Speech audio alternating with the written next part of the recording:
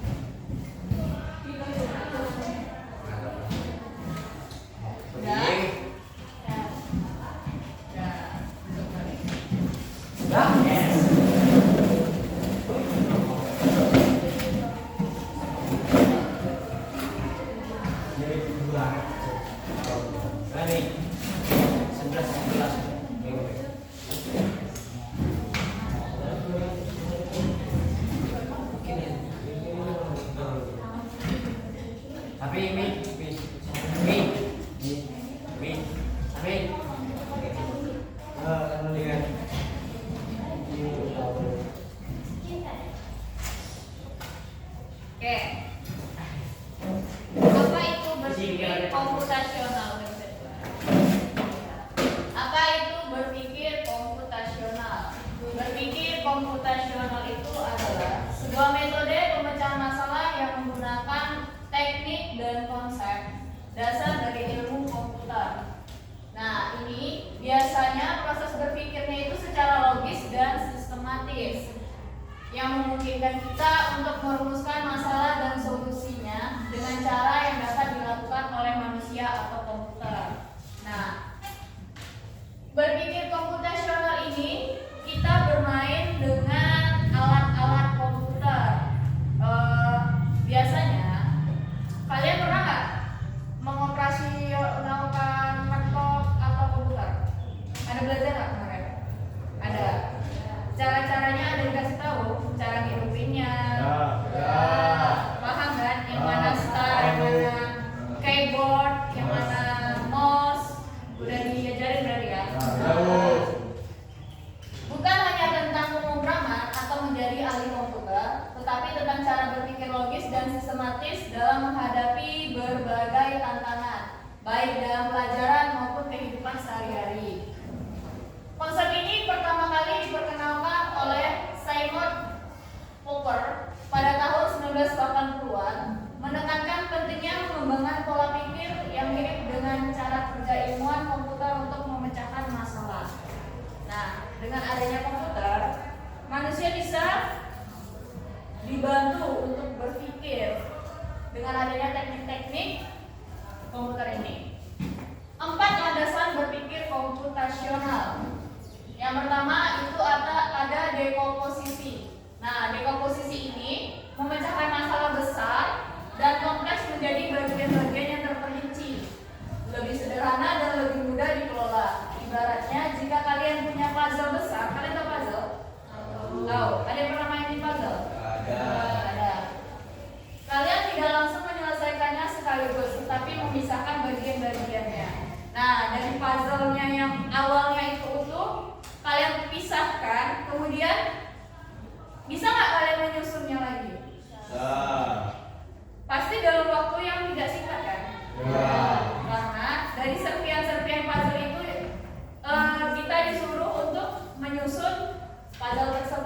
Kemudian yang kedua, pengenalan pola. Mencari kesamaan, tren atau pola dalam masalah atau di antara masalah yang berbeda untuk menemukan solusi yang efisien. Jika kalian melihat beberapa masalah yang memiliki kesamaan, mungkin ada cara yang sama untuk menyelesaikannya. Abstrak, fokus pada informasi yang paling penting dan relevan, mengabaikan detail yang tidak diperlukan. Ini tentang menyaring informasi dan hanya memperhatikan hal-hal yang benar-benar esensial untuk memecahkan masalah. Kemudian, algoritma, merancang serangkaian langkah-langkah sistematis yang jelas, terurut dan logis untuk menyelesaikan masalah secara berurutan. Ini seperti membuat resep masakan, setiap langkah-langkah harus jelas dan diikuti dengan benar. Nah, di bagian algoritma ini, tiap harinya kalian pasti melakukannya. Contohnya apa? Ada yang tahu nggak? Contohnya bangun tidur kalian harus ngapain? Algoritmanya. Kalau pergi ke sekolah, bangun tidur, kita mandi, sholat, iya nggak? Ya. Iya nggak? Kalau bangunnya subuh, kalau bangunnya siang, langsung mandi. Ada nggak sarapan? Nggak pakai sarapan. Oke. Nah, di tiap harinya kita pasti kita menggunakan algoritma. Cuman kita tidak menyebutkannya itu algoritma. Kita sebutkan itu adalah langkah-langkah. Oke. Mengapa sih pentingnya berpikir komputasional? Nah, yang pertama, pentingnya itu kita bisa menyelesaikan masalah kompleks dengan cara yang sederhana dan terstruktur, menjadikan lebih mudah dan diatasi. Kemudian melatih otot agar berpikir logis, kritis, sistematis dalam setiap situasi baik di sekolah maupun di luar sekolah. Kemudian keterampilan ini sangat dibutuhkan di berbagai bidang, bukan hanya di dunia teknologi informasi, tetapi juga dalam sains, seni, bisnis, dan kehidupan sehari-hari. Membangun kemampuan memecahkan masalah yang akan berguna sepanjang hidup, membantu kalian menjadi individu yang adaptif dan inovatif. Nah, ini ada kata-kata menurut Janet Wing, ilmuwan komputer terkemuka. Dia mengatakan, semua orang harus belajar berkomputasional karena itu mengajarkan Anda bagaimana cara memecahkan masalah. Nah, ketika kalian dihadapkan suatu masalah, bagaimana kalian cara menyelesaikan masalahnya? Biasanya nih, orang lagi pada puber ya. Terus Sinta gimana cara menyelesaikan masalah? Salah kami Bu. Salah. Bagaimana caranya? Hah? Balap dari. Balap kebut-kebutan. Iya, sampai hilang akal, tabrakan. Habis itu amnesia, melupakan semuanya. Iya. Jangan kayak gitu ya.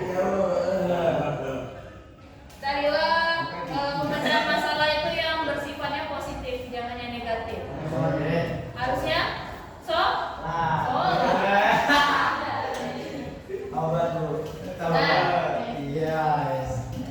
ada 4 karakter berpikir komputasional. Yang pertama berbasis konsep. Berpikir komputasional lebih dari sekedar menghafal fakta dan cerita. Ini berfokus pada pemahaman inti dan prinsip dasar di balik suatu masalah, sehingga kita bisa mengaplikasikan pada situasi yang berbeda. Kemudian fokus pada ide dan solusi, memandang kita untuk menghasilkan ide-ide inovasi dan merancang solusi yang efektif daripada terpaku pada alat atau program tertentu. Ini tentang bagaimana kita memecahkan masalah bukan hanya dengan akal. Kemudian yang ketiga, menerapkan cara manusia berpikir. Nah, ini tentang bagaimana kita memecahkan dan menyelesaikan masalah secara rasional, menggunakan logika dan penalaran. Meskipun namanya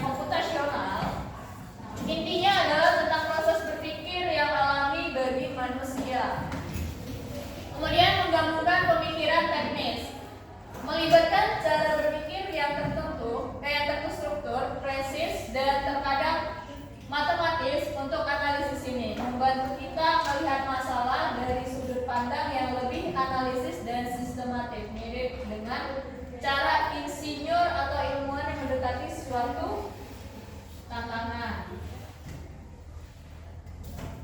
Oke, sebelum kita memasuki ke contoh dekomposisi dalam kehidupan sehari-hari, kita ice breaking dulu. Sediakan pena di atas meja. Oke. Penanya taruh di tengah-tengah. Nah, di tengah gini. Kamu kan mana?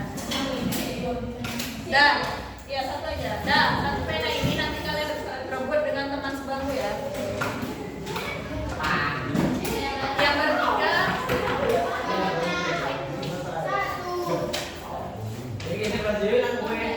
Yang bertiga berarti kayak gini. Nah, kamu bagi dua.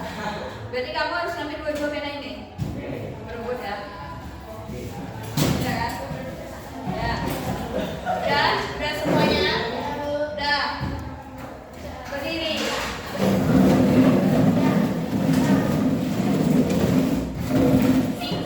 Kalimatnya siku, sakit, sikat. Oh iya. Ya. Siku sakit sikat ya. Siku, sakit, sikat. Oke? Kita mulai ya. Fokus ya, konsentrasi ya. Oke. Sikut. Sakit. Sikut. Belum konsentrasi nih, masih belum konsentrasi ya. Sakit. Sikut. Sakit. Sakit. Sakit. Sikut. Sakit. Sikut. Sakit. Sikut.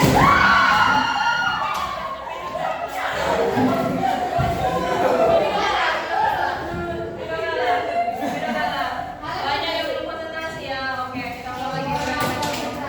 Sekali lagi ya. Sekali lagi. Oke. Sakit. Siku. Sakit. Siku. Sakit. Sakit. Sakit. Siku. Siku. Siku. Sikunya mana? Beda perut. Siku. Sakit. Siku. Siku. Siku. Siku. Sakit. Sikat.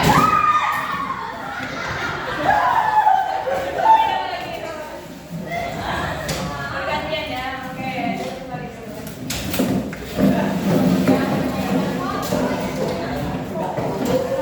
Oke. Nah, ini adalah contoh dekomposisi dalam kehidupan sehari-hari. Ini gambar apa ya? Ini gambar apa? Peta. Peta, ada robot koper, ada komputer, ada apa? Apa? Bandara bisa jadi. Nah, ini adalah dia merencanakan liburan. Nah, dekomposisi dalam kehidupannya itu liburan bisa terasa rumit, tapi dengan dekomposisi jadi lebih mudah kita pecahkan. Pertama, tujuannya kemana? Kita mau liburan, ya kan? Kedua, yang paling penting anggaran. Kalian tahu anggaran? Apa itu anggaran? Biaya, oke. Duit. Kemudian kita membutuhkan apa kalau mau liburan? Transportasi. Kemudian apa lagi? Akomodasi atau penginapan. Paling penting kan? Masa kita hanya pergi pesan tiket di bandara, kemudian kita tidak memikirkan penginapan. Nah, kemudian aktivitas selama liburan itu apa? Dan pakaian apa saja yang harus kita bawa. Nah, setiap bagian kecil ini kemudian bisa direncanakan satu per satu. Oke. Yang kedua, mempelajari sepeda. Nah, di sepeda ini apa yang kita pelajari dari sepeda ini? Apa aja? Mendayung. Hah? Apa aja yang ada di sepeda ini? Pertama, kita pelajari dan kita pahami rodanya. Ya kan? Ya. Iya kan? Rodanya, kemudian di rodanya ada apa? Ada rantai. Kemudian pedal, engkol, apa sebagai macam rem, setang. Kemudian joknya dan lain-lain. Nah,